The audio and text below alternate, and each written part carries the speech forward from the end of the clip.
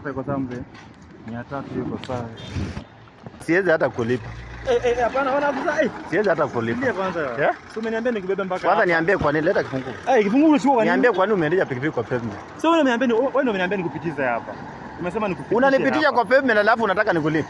Afisa zile uje pikipiki. Unaniendesha kwa pavement alafu nataka mimi nikulipe. Kusema ukweli. Sasa nimekutoa mbali hapa. Wapi helmet ya mara swali la kwanza wapi? Ungeniuliza hiki kitu before upande kwa pikipiki. Makosa ya kwanza helmet. Ungeniuliza before upande. Umevaa sport shoes. Umepita kwa pavement. Nitakulipa aje? Afisa nimekutoa mbali huko alafu uniambie ona kama ulijua niko na makosa. So ungeniuliza kama niko. Hapana uende. Hebu toka hapa uende. Uende na pesa yangu. Mpaka unipatie pesa ya mafuta. Hii pikipiki tumia mafuta. Hakuna kitu kama hiyo.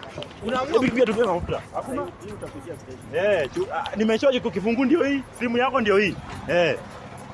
Kifungu ndio hii, simu yako ndio hii. Mpaka unipe pesa ya mafuta ndio nikupatie simu. Kuna kitu kama hiyo hapa.